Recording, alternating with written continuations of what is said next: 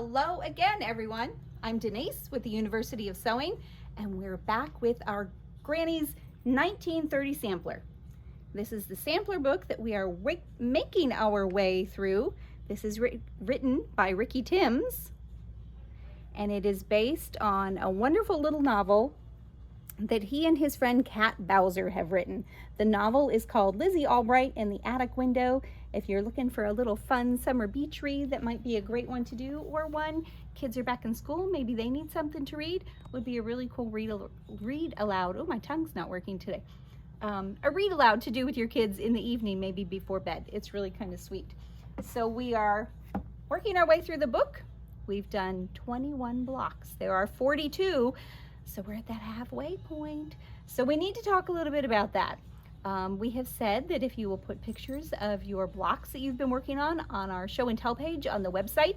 What's the website? Ah, yes, universityofsewing.com. Make sure you check that out. When you share what you're working on in our show and tell page, we're going to put your name in for a drawing, and we're going to wait until next week. You've got the next one that we work on, so you actually have 2 weeks to get those in, and then we'll pick your name, and there will be a prize and a surprise and something fun to celebrate. Halfway through is kind of a big deal, I think. This is kind of a big, it's a big undertaking, so it's kind of a marathon. We're taking our time and doing each block slowly but surely. Last time we did what I think you all will agree is one of the most challenging blocks, definitely the most challenging that we've done so far, and it was this pickle dish, and I think I mentioned that I no longer like pickles after doing that one. It was fun to work with, but I can't imagine doing a whole quilt out of it. Margaret had mentioned that one of our customers suggested we do a whole quilt, and I thought, oh gosh, I thought she liked us, haha.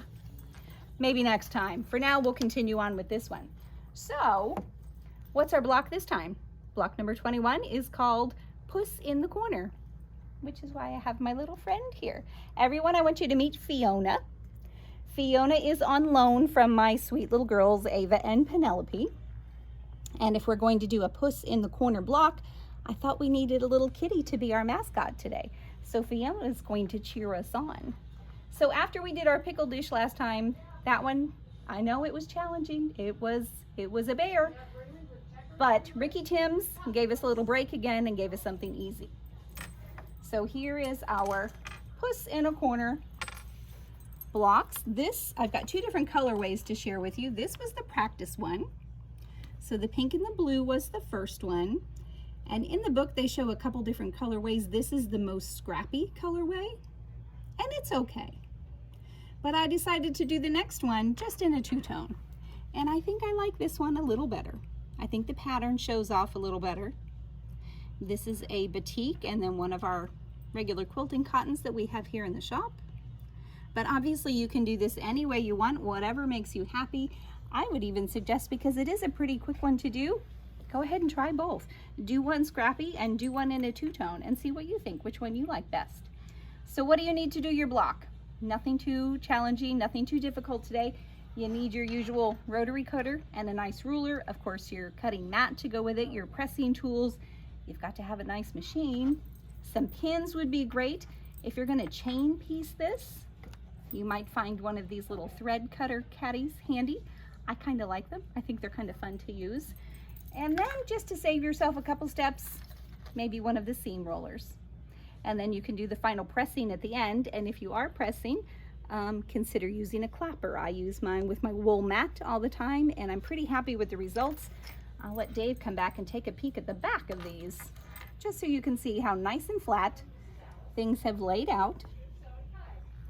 This block is really, it's a modified 4 patch. So you've got a 9 patch. I'm going to flip it back over.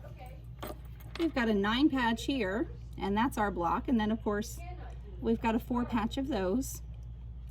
So for those of you that are just kind of tipping your toe into the quilting world, this is a great one to try.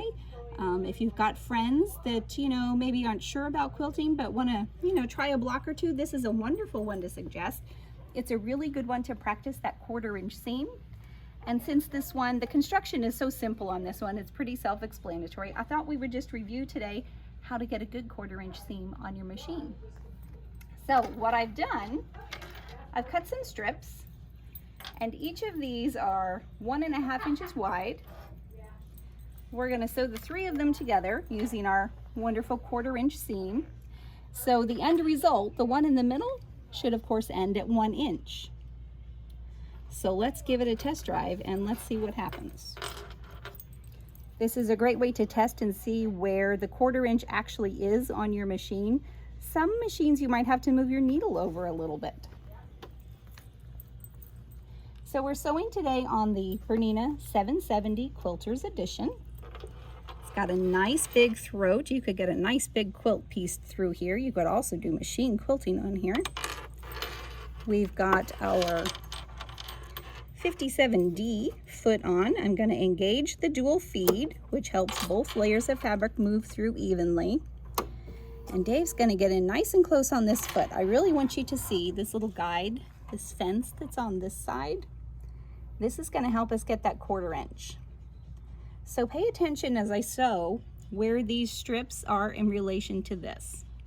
And that's really my guide. All right, let's see what we can do here. I'm using my knee lift that I love. And if you look, I'm on the inside of that fence. I'm not tied up against it. And now we're gonna go. Make sure things are lined up nice and straight here. I'm sure you all have heard the scant 1/4 inch seam. And why is that important? Well, when you fold your fabrics over, you're going to lose a thread or 2 in that fold. So that's where that scant part comes in. So we're not going to bump the edges, the raw edges tied up against that seam guide. And there's a notch here on my stitch plate. You can see too, I'm kind of using that. So one down, we'll trim those threads. Love that automatic cutter. And then we're going to open this up and we're going to do it again down the other side. And for now, I'm just going to gently fold this over. And we're going to go again. And each machine is a little different, so I'm always just kind of curious as to where the 1/4 inch really is. I think my older machines are the ones that I really have to adjust what I'm doing.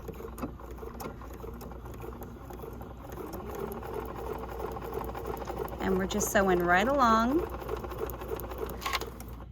And I'm going to take a second here just to straighten things up.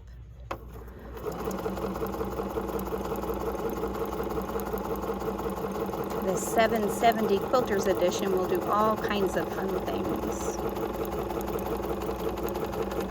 Alrighty, we're going to trim those threads again. Love how that foot comes up. And now, let's just go over here and we're going to finger press this. Just going to run my finger along here. And I can feel when it's nice and flat. Again, you know, we've talked about this a lot, not stretching the fabric, but just putting a crease in there and running just the pad of my finger along it. And then we're going to do the same thing here.